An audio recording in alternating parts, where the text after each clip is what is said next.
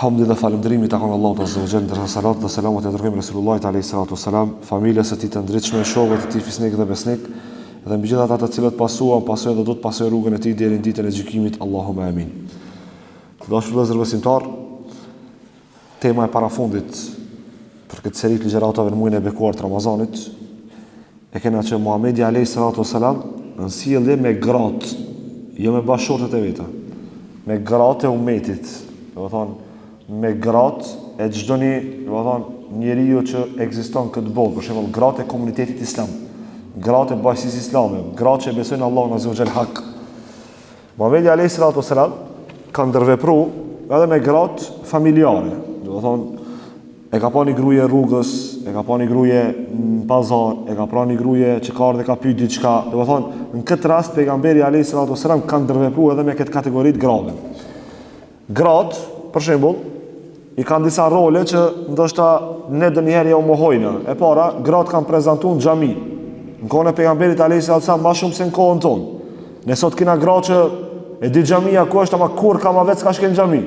Donë është kundërthënia asaj që pejgamberi alayhi salatu wasallam kohën e vet i ka lënë gratë, do të thonë që janë kanë në atë kohë. Edhe e treta është që gratë, do të thonë kishin ligjërata të caktuara me pejgamberin alayhi salatu wasallam. Sot me boni hoxh me majt vetëm me gjinin femrore, do të thonë në ligjërat normal me aspektet kufizuar që është din me majt dietar të mëdhoj, kiamet botën shkup. Do të thonë top tem një javë kije çu shmujt e majt ligjërat.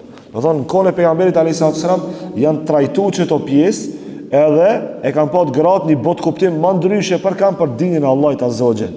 Dashur vëllezër besimtar, në këtë temë do të jemi pak më të shkurtë. Pasi që kjo temë ka, më me thonë dikun ja, sa i pash 140 hadithe, veç mi përmen hadithet neve na i marrin 3 ligjërata. Për këtë arsye mundu me marrë disa hadithe që na hyn neve më tepër në udhë. E para është, pejgamberi alayhis salam thotë këtë që mi trajtu gratë me mirësi, që është, do të thonë hadithi që e transmeton Amr ibn Ahwas, thotë se kishte dëgjuar pejgamberin alayhis salam në haxhin e lamtumirës duke thënë trajtoni gratë me mirësi. Kjo shkaj bie që kjo fjala trajtoj gruajen me mirësi, do të thonë, jo gruajen tane, këtu nuk po folna për gruajen tane që e ki. Mundet me hi edhe kjo pjesë, ama ne e kena përgjithësi gratë, pse mi trajtojmë me mirësi? E kena marrë ligjëratën e dytë ose të tretën, sa e mbaj mend, kur thëshmi që me trajtu gruajen me mirësi, i bie që me trajtu me dhëmbshuri. Me marrë një shembull më banal. Me ta mshu në shpull fëmia jot, me ta mshu fëmia jot në shpull. Nëse s'ki dhëmbshuri ti ndaj fëmijës, ja kërcëllon ka ona tjetër edhe e dik fëmijën, apo? Kush nal mos me gjik ti fëmijën tan?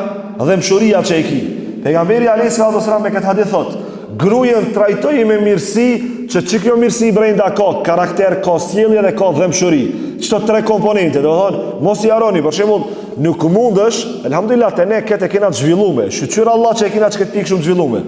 Për shembull, kur dikush mundet me të provokuar ai sen, edhe është me familje, shka i thuti, shqyr që je me familje, se unë pas kam vetë ndryshe që më marrë vesh. Do të thonë, pse e trajtojnë që këtë formë, se ka, do të thonë, gjini femërore me veti. Thonë, elhamdulillah, ne kena respektin maksimal, qatë sa mujna ne si kombe dhe si shqiptar, me pa të karshi kujna, karshi gjinis femërore dhe ato që janë me familjen e vetë. Elhamdulillah që kena këtë pjesë. Pejgamberi alayhis salam transmeton Aisha radiallahu anha, ku ka thonë, gratë janë gjysmë binjakët e burrave. Nuk e di e keni lexuar këtë hadith, do të thotë pejgamberit alayhis salam më herë. Gratë janë gjysmë binjakët e burrave. Çka i bie çka hadith? Kjo do të thonë se gratë janë të barabarta me neve 98% cenave. Qysh li mund trajtu një burr, trajtohet një gruaje, në mirësjellje njëjtë. Për shembull, në kontekstin e natyrës njerëzore njëjtë, në shumë pika njëjtë. Kjo i bie se gruaja është sikur gjysa e burrit. Nuk mund të thonë gruaja kategori tjetër, s'është kategori tjetër. Do të thonë gruaja është kategoria e jonë e njëjta. E për këtë arsye, gratë janë të barabarta me atë që u ka urdhëruar Allahu. A mund të thonë ne që Allah e ka urdhëruar namazin vetëm për burrat? Jo, gabim është. Namazi është farz edhe për gratë. Pa haxhi, po njëjtë edhe haxhi. Pa xherimi, po njëjtë edhe xherimi. Normal veç kur e kanë atë ciklin mujor. Ati kanë përjashtim. Për çket e thash 98% se i kanë disa përjashtime. Për shembull, një përjashtim që është umume thënë arab, në përgjithësi çfarë përjashtimi kanë gratë që s'kan burrat? Mos me marr pjesë në luftë. Mund të marr pjesë në luftë, apo jo me dal me luftu gruaja. Do të thonë me shpatat që ka luftuar atë kohën e pejgamberit alayhis salam. po kanë mujt me shkumi mjeku ushtar që kanë qenë kone pejgamberit alayhis salam. Kanë mujt me marr pjesë, mu bo veteran të luftës me forma tjera, jo që që e lip veteran lëki me qenë, për shembull, pjesëtar luft. Ama ka gratë, Allah azza wa jall, diçka ju ka dhënë më tepër sa neve. Çka ju ka dhënë gratë më tepër? A ka dëni burë që e ka vënu shamien? Për shembull, a ka dëni burë që ka vënu mbulesën, hijabin? Allah azza wa jall, gratë i kanë ngarku ka ç'kjo pjesa më shumë se ne. Për shembull, nuk është lehtë me vënu hijabin. Narat e tona, elhamdulillah, shumic dërmuese, motrat e tona, shumic dërmuese e kanë hijabin, edhe se bojnë muhabet. Se elhamdulillah shkryoj ajo fryma që te ne mos me pat mbulesën është diçka pak më ndryshe. Edhe pse ka tash shtim të motrave dhe të nanave tona pa mbulesë, ama në përgjithësi, sidomos gjenerata që janë para meje, do të thonë që i kanë plus 40 vjet, shumicën e familjarëve i kanë të mbuluar, elhamdulillah. Do të thonë kjo është një përparësi e madhe. Allahu azza wa jall i ka ngarku gratë me shka me një pikë që, do të thonë, nuk është punë e lehtë, por elhamdulillah që zbatojnë urdhën e Allahut azza wa jall. E Muhamedi alayhis salam i lavdroi gratë kurejshite, se ne kena problem, ne s'dina mi thonë kërkujt, do të thonë, ne ina egoista, edhe dëni herë ina egoista në baza gjinore. Pejgamberi alayhis salam i lavdroi gratë kurejshite për disa cilësi. Për shembull, transmeton Abu Huraira radiallahu anhu se Muhamedi alayhis salam ka thënë, ndër të gjitha gratë që hipshin bideve, se ç'ket hadith, sot e kam dëgjuar në do të thonë periudhës fundit e kam dëgjuar një hoç të madh, duke e marrë këtë hadith për bazë që me ç'ket hadith lejohet që gruaja me vozit ket. Do të thonë, unë nuk e di tash sa është kjo që ma lejon, ama veç e kam pa, do të thonë, dëgjim e nuk kam studim për këtë pjesë. Nuk e kam marrë ta studioj që ta këshyri, a është që argumenti mjaftueshëm që gryës i lejohet me vozit ker. Shumë edhe pse ka dietar shumica që thonë që i lejohet gryës me vozit ker. Ama gratë na bojnë shumë probleme me ker. Ta ze udhën, nuk ta lishon udhën. Si ta dish se ta lishon udhën, ta di se gruaja është. E për këtë arsye pejgamberi alayhis salam thotë, ndër gratë që hipin bideve, zonjat e ndershme, kurejshite janë më të shquarat. Për shembull ato devët dinë mi vozit mas mirti, dinë mi ngas mas mirti. Mase i vazhdo pejgamberi alayhis salam duke thonë, ata janë më të mëshirshme edhe më të sjellshme për pasardhësit e vet. Domethënë, pasardhësit e vet, për shembull për fëmijën e vet, gratë kurejshit janë më të mëshirshmit. Edhe pastaj vazhdo thotë, janë më të mirat kujdestare të pasurisë burrave të vet. Këtu e kena një mësim edhe një shkollë që mujna me nxjerr, një shkollë të përkthyme në këtë hadith pejgamberit alayhis salam. Disa gra din me gatu e ushqim mirë, thujbe klumshin durce ushqim matë mirë s'pas në hongë, lavdrojeni cilësit një grujës jashtë a grujës tane. Për shembull, shkon të tezja jote, shkon të nusja mingjestan, shkon të një familjare, thuj ushqimin matë mirë e kimu. Nëse e kije, për shembull, dëni gruje që bashkjetoni, për shembull, bashkëtojnë në aspektin e mirë, që për shembull janë 3-4 familje me një obor që jetojnë, edhe një nusja mingjestan e ka një sjellje, një karakter të shkëlqyshëm, që di mu sjell mas mirë ti, thuji, sikur karakteri jotë unë zork muj me pa në gruje. Dhe më thonë, veçoja edhe tregoja cilësitë e mira grave. Se kur ja thu qështu, është interesant se gjinia femrore është shumë e butë. E ka shiju çdo njoni. Ama ti më bëha dhe shumë e prakë gjinia femrore. Unë po foli ka karakteri asaj është e butë. Kur t'ja përmend cilësinë e mirë, vallaj e ndryshon shumë për ka e mira. Edhe automatikisht e ban për veti, thojnë ne, në aspektin që me të nderu vazhdimisht. Pejgamberi alayhis salam jo rastisht gratë kurejshite i lavdronte me kësi pika. E Muhamedi alayhis salam e caktoi një ditë për t'u mbajtur ligjërat grave. Transmetohet se pejgamberi alayhis salam i erdhën do gra dhe ju ankun. I thanë ja Rasulullah, fejen i t'ja mësu veç burrave. Neve na ki përjashtu prej kujt, prej ligjërimeve fetare. Sot s'munën më ankush shtu gratë se ekziston YouTube-ja. Hin YouTube edhe ngoj këtë ligjëratat. Thonë si me qenë xhami, si mos me qenë xhami. Do të thotë ka ecë koha, edhe pse ligjërata në xhami e ka efektin 1000 herë më shumë se ligjërata në YouTube. Këtë ta keni të garantuar. Merre çka ligjërat, çka ligjërojnë atash. Merre ngoj çtu shka një live, edhe automatikisht shko ti ngoj në YouTube nuk e ndjen. Nuk e ndjen. S'ki shanca teorike me ndjen. S'mundesh me ndjenjat e njëjta, ty që ndjen ligjërata edhe kështu. Po s'pa ku e lëm sot është lehtësu puna që mundi mi ngue edhe ligjërata, do të thonë rrjetet sociale që i kanë kriju, do të thonë njerëz të ujë. E u ankon te pejgamberi alayhis salam që si tu na bën neve në ditë për me ngu ligjërata. Dhe pejgamberi alayhis salam e mur parasysh, do të thonë këtë ankesë, edhe ja u caktoi në ditë, atë çka ditë keni marrë dhe kam ju tregu ligjërat. Edhe kur erdhën gratë të bun, pejgamberi alayhis salam pikën e parë i prekin pikën më dopt. Do të thonë hoxha Ali Beçena i cili di me ta prek pikën më dopt për me arrit me ta dhënë një mësim të madh. Ku i kanë gratë pikën më dopt? Ku e kanë? Gratë pikën ma dopt e kanë që Allah i misprovu në evlat.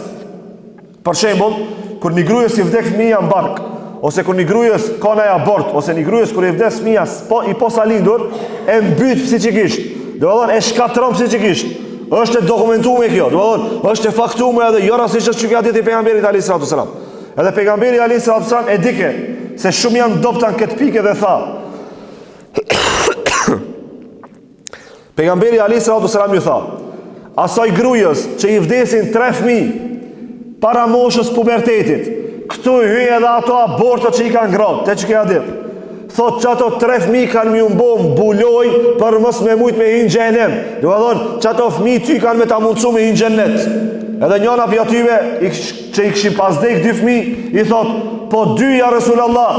Thot edhe 2, e disa dietar thonë edhe nëse një fëmijë ka dek një grujës para moshës pubertetit, që ja ka marrë loçkën e zemrës, do të thonë Allah azza wa jall, çaj fëmia jot ka më bën nesër, nëse ke qenë musliman, edhe musliman ka më bën burroj teti te Allah azza wa jall, që Allah azza wa jall mos me shtynë xhenem edhe me ta dhënë xhenetin. Do di kemi prekën pikën e dopt pejgamberi alayhis salatu wasalam. E dashur vëllezër besimtar, prej këtij hadithit Resulullah alayhis salatu wasalam ne e marrën në ndim të artë.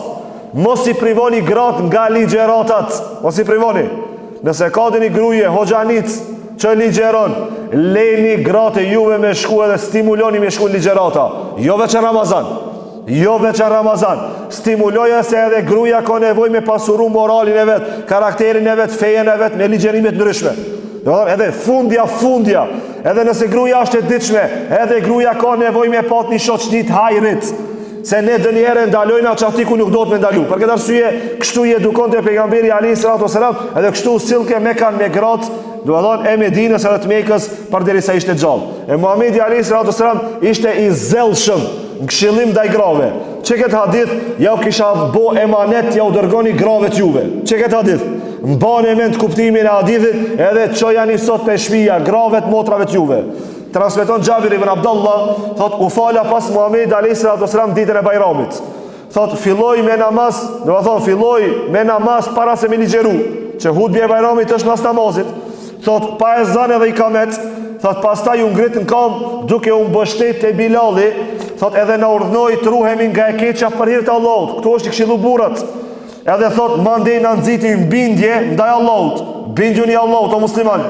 Edhe pastaj pejgamberi alayhis salam vazhdoi mi këshillu gratë. Këshillën e çfarë këshillë?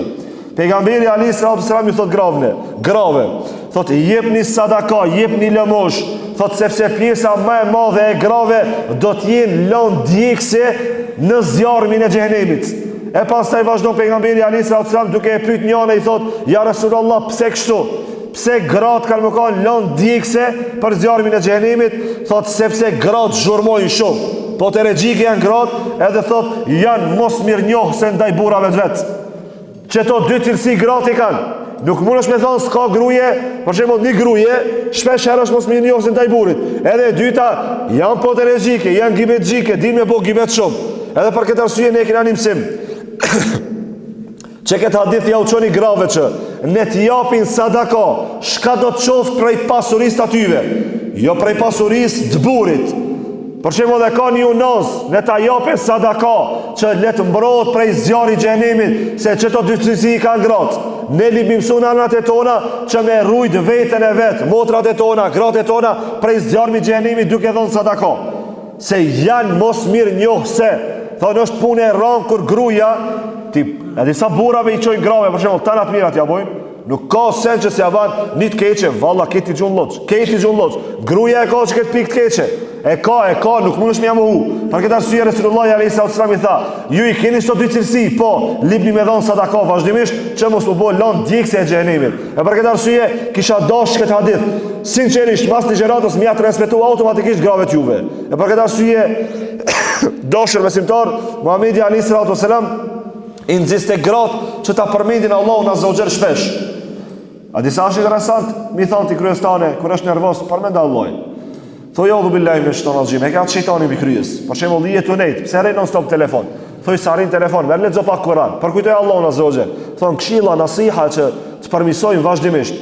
Transmeton Yusejra se Muhamedi alayhis salatu wasalam i porosiste muhaxhiret, gratë e muhaxhirëve. do thoni porosiste ku i thëke jini tregultan për kujtimin e Allahut me fjalët Allahu Akbar, la ilaha illa Allah, subhanallah. That edhe ja bani me gishta këto fjalë. Që dashur besimtar, keni tesbina për dorë dhe ne përdorna tesbih. Nuk po du mi hinë këti debatit bidat së është bidat. Nuk i hinë as pak këti debatit. Po shumë e rëndësishme shumë është e rëndësishme nëherë, të spet, në gjami jo kej bani, nëse për shumë dhe jemi shumë edhe nuk e di sa numra mund është mi bo. Për shumë 33 që i kina. Ama shumë është e rëndësishme mi prej gishtat e tua, gishtat e tua me qëto dur. Subhanallah, alhamdulillah, Allahu Akbar, la hawla wa la quwwata illa billah, astaghfirullah. Kjo është këshill edhe për burrat edhe për gratë. Pse pejgamberi alayhis salam tha me gishta? As ka mujt me kokra me thon? Për shembull, kjo është një lehtësim. Unë e kuptoj që është lehtësim, po. Pse nuk ka bë me gishta? Për shembull, më thon, pse ka bë me gishta? Që nesër që dora jote që e ki prek çtu, me dëshmu të Allahu Azza wa Jall për dy sene, ose e ki adhuru Allahun Azza wa Jall me dorën tënde, ose e dyta, Allah Azza wa Jall mos na voftë kësaj dytës. Do të thonë që me dorën tënde ti ki prek haram. Do të thonë për këtë arsye ka thonë bani me gishta që ti je dëshmitar ku ditën e gjykimit dora jote. Për këtë arsye dashur vëllezër besimtar, edhe në fund i thot pejgamberi alayhis salam, mos u tregoni të shkujdesura, do të thonë dhe të privojeni nga mëshira e Allahut. Dhikri, goja më e mirë që mundet me pat ndaj besimtarëve, dhe gjua që lagët më së miri është me dhikr. Për këtë arsye ne zguxojna me hub që këtë pjesë shumë të rëndësishme. E dashur vëllezër besimtar, Muhamedi alayhis salam i mësonte gratë me lutje të dobishme. Për shembull, Muhamedi alayhis salam i mësoi Esma bint Umeisit një lutje. Allahu është Zoti im, i tha. Do të thonë kështu është lutje e thjeshtë. Allahu është Zoti im dhe nuk i shoqëroj ortak atij. Për shembull, neve na duhet lutje e thjeshtë kjo. Prej lutjeve më të mira është për shembull që këtë dua e lehtë shkoj me mbajt mend. Ja kisha këshilluar edhe juve burrave. Më vani halal sot fiti pa problem. Pejgamberi alayhis salatu wasalam u lutke kur kishte ankth edhe depresion, vështirësi, edhe pse pejgamberi alayhis salatu wasalam s'ka pas depresion, po presion ka pas në aspektin e vështirësive, për shembull ka pas vështirësi shumë. Pejgamberi alayhis salam e baj këtë dua, edhe me këtë dua e zgjidh këtë çdo gajlet vetë. Ky sa e lehtë është duaja. Thot la ilaha illa, për shembull la ilaha illa Allahu al-azim al-halim, la ilaha illa Allahu rabbul arshil, do të thon kerim, la ilaha illa Allahu al-azim al-halim e para, la ilaha illa Allahu rabbul arshil azim, e dyta dhe treta, la ilaha illa Allahu rabbus samawati wa rabbul ardi wa rabbul arshil kerim. Thon 10 herë me lexuar këtë dua, do të thon e mamen. Me bëj këtë dua do të thonë ditë për ditë, vallahi kur ki stres, depresion shumë lehtë ka përcel. Ama ne dënjerë jena neglizhent. A di pse jena neglizhent? Ne kur jena në depresion, çka bojna pa? A di çka bën besimtari kur do të thonë ditë sotit në depresion edhe ka gajle. Punën e parë, di çka e bën? E kall cigarën. Punën e dytë ja nis meditohet. Jo, çish me zgjidh problemin. O mubarek. Allah Azza wa Jalla për pejgamberin alayhis salam po thot, në moment që ki ank, ki depresion, bani sot dua, shumë lehtë, apet kënaj përsërit. La ilaha illa Allahu al-azim al-halim, la ilaha illa Allahu rabbul arshil azim, la ilaha illa Allahu rabbus samawati wa rabbul ardi wa rabbul arshil kerim. Do të thonë, e mëson shumë lehtë që këtë dua edhe automatikisht e përmend. Mos u mundo me gjithë zgjidhje jashtë asaj që ka dhënë Allah Azza wa Jall. E zgjidhna shumë lehtë problemin kur e respektojna sunetin e pejgamberit alayhis salatu wasalam. E dashur vëllezër besimtar, Muhamedi alayhis salatu wasalam paralajmëronte kundër privimit. Do të thonë kur ti je në algrën tonë, ai thotë, "Shkoj te xhamia, më jep leje të xhamia." Jo, nalu. Ti zgjidhon me shku. Këshirne, ne kena me të regu kur lejot edhe kur s'lejot gruja me shku në xhami. Transmeton Abdullah ibn Omeri se njëna nga gratë e Omerit radiallahu anhu e falke namazin e sabajt edhe t'jacijës në xhami me xhamat. Edhe e pyeta, do të thonë pe pyet djalin nonën. Thot, pse shkon xhami kur je vetë dishme se baba jem e urren ket edhe është madje xhelos. Por shembull Omeri radiallahu anhu ka qenë shumë xhelos. Edhe gruaja i çka kthejnë. Thot, a thu pse s'ma ndalon kët Omeri? Omeri shumë xhelos, ama nuk e ndaloi ke marrë në xhami. Masani është fjala pejgamberit alayhis salam ku vjen, mos I ndaloni gratë nga ardha në xhami kur të kenë kërkuar leje prej jush. Jo gruaja hunter mu çupi shtëpisë me ardh pa I kallzu burit. Ja, shkon kështu. Gruaja lip me I kallzu burit ku të shku. Gruaja lip me marr leje prej burit ta ban me shku. Ama kur të marrë leje ti detyrohesh mi dhon leje. E kupton, reciprocitet. Ajo merr leje ti jep leje. Apo në xhami, do thonë xhami kur ki besim plot. E pastaj Muhamedi alayhis salam I këshillon te gratë, kena mi rënit çto hadithe që me kuptu ma drejt që ket pjesë të ligjëratës. I këshillonte gratë mos me dalë të parfymoste nga shtëpia. Valla do hadithe për që këtë punë e parfemit janë që subhanallah, Allah i na vedisoft. Hadithe të randa shumë. Transmeton Ebu Hurajra radiallahu anhu se Muhamedi alayhi salatu wasalam ka thonë: mos i pengoni gratë nga ardhja në xhami, por let mos parfymosen ata para se dalin nga shtëpit. Për shembull, El Adhim El Abadi kur e komenton që këtë hadith pejgamberit alayhi salatu wasalam thotë: u ndalua parfymosja që mos t'i tërheqin burrat me aromë parfemi. Ky vendim zbatohet edhe për çdo gjë tjetër që shkakton, do të thonë, vëmendjen, ta ngrej vëmendjen një gruaje kur ec për rrugë. La ilaha illallah wa rasulullah. E dashur vëllezër besimtar,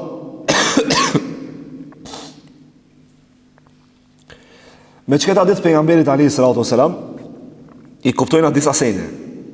Për shembull, kur një gruaje del rrugës e shminkume, lip mi thon, ku i të shkuaj motër? Ku i të shkuaj motër? Një killë parfem e ka qit. Ku i të shku? A ban ta di ku i të dash me shku? Do të thon pejgamberi alayhi salatu wasalam e ndalon rrepsisht me dal gruaja prej shtëpisë e parfymos. Rrepsisht. A di pse? Studim ka që në moment çka tërheq burrin mas shumti. E keni pa pse i ka ndalu pejgamberi alayhi salatu wasalam takët, gratë, ato shtigllat se tërheq vëmendje, e kupton? E kthen krijen. Ku ke? E dyta, parfemin. Veç me kalun një gruaje rrugës, edhe automatikisht ai ka qit parfem. E ndjen s'ki shanca pa e kthen krijen. Do të thonë pejgamberi alayhi salatu wasalam i ka ndalu këto, jo që është haram parfemi për gruajen. Morët me qitë mesin e grave, shpjene vetë. Hadithi thjesht ndoshta ju duket dënjanit. Ama vallahi një hadith kërcënues për çka është që s'po duhet potencu çka ligjërat. Do të thonë pejgamberi alayhi salatu wasalam ka kërcënuar para ato gratë që qesin parfem. Do të thonë edhe dalin rrugës. Për këtë arsye i këshillojnë gratë tona, motrat e tona, nanat e tona që mos me qit parfem kur vinë në xhami. Para më do një hadith tjetër. Transmeton Ebu Hurajra radiallahu anhu se Muhamedi alayhi salatu wasalam ka thënë: cila do grua që parfymoset, mos na bashkohet namazin e natës. E keni pa tash edhe gratë falin namazin e natës. Do të thonë ndalohet për gruajen e cila çet parfem, do të thonë automatikisht ndalohet me shku në xhami. Pse të ndalohet? Se tërheq vëmendje. A dhe sa është keq mu bo ojti motra ime, ojti e cila unë e kam haram edhe me të këshyr, unë e uli shikimin, se kam urdhëres prej Allahut azza wa jall.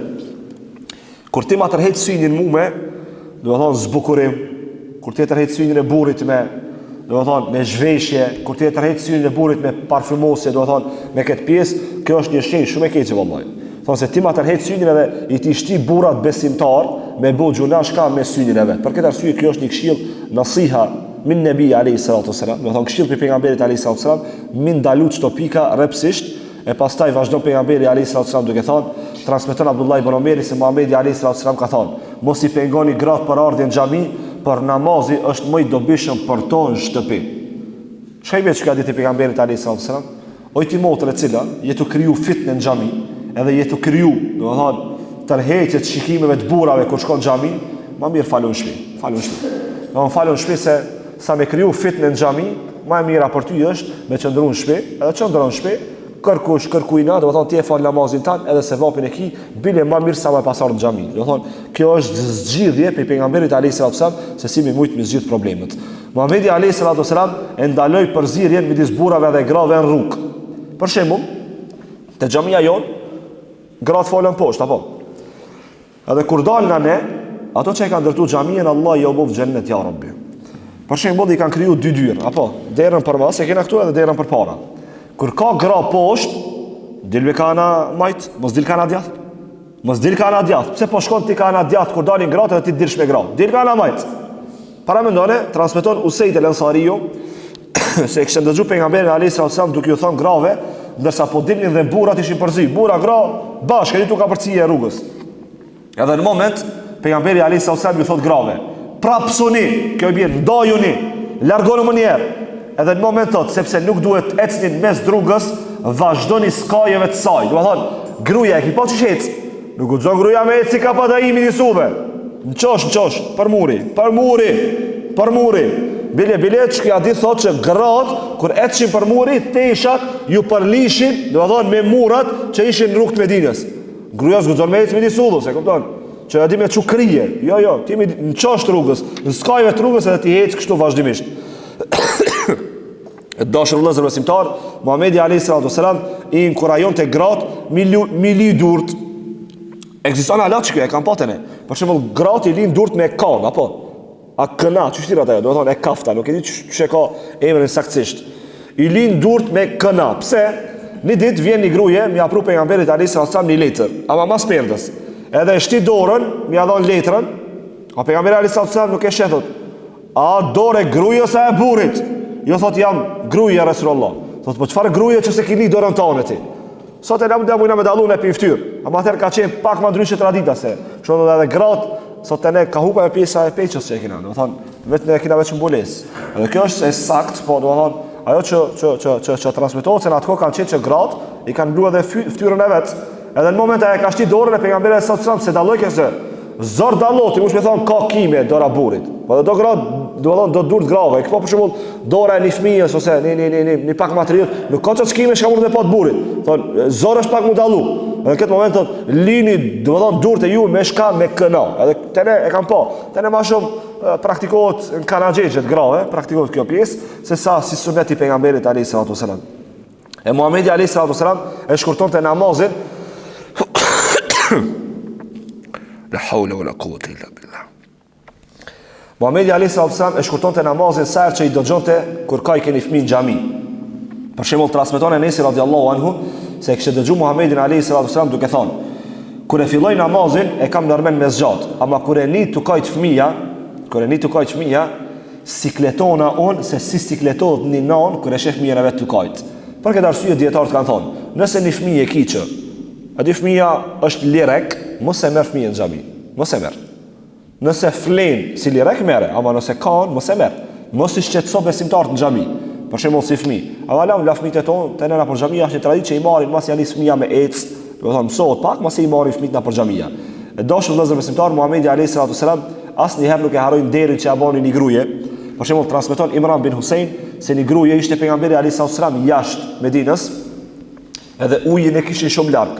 Edhe kalon një gruaje që ishte e dhe, do thonë vejush që thonë, edhe kishte jetima, edhe kishte 2 bidona si të mëdhoj me ujë. Edhe ja u dha me pi pejgamberit alayhi salatu wasalam, edhe ja u dha me mush ujë, edhe Resulullah alayhi salatu wasalam ja kthejti me shka, ja kthejti me të mirë. Këtu e kena një mësim. Kur dikush ta ban një të mirë, mos ja u të mirën. Kur dikush ta ban një të mirë, ktheja të mirën me të mirë, edhe kur dikush ta ban një të mirë, përmenja të mirën. Jo më ja hub se vapin, po përmenja të jesh mirënjohës. Do thonë mos u ban bukshkelt, mos u ban mos mirënjohës, mos u ban asnjëherë. Do asnjëherë si ka dash pejgamberi alayhi salatu wasalam, ata të cilët janë mos mirënjohësa, e për këtë arsye dashur besimtar, Muhamedi alayhi salatu wasalam ndërmjetëson te midis çifteve. I kena pikat e fundit inshallah, pasi që sot s'ka shansa me shumë me zgjat. Kur i lirua Berireja, ka qenë një robnesh, u liru prej robnies, edhe burri i saj ishte ende rob. Edhe pejgamberi alayhi salatu wasalam e pa që kjo atu dash me lën burrin e vet. Edhe shkoi me ndërmjetësu. Ali sa këtë që shkur ndonë qiftët, vallaj, Allah mos e sprovoft, kërkan me ndarje, ja Rabbi. Shkoj me ndërmjetësu, edhe ajo tha, jo, unë e mo kam vendos me lanë, edi, s'kam shkam dohet maj.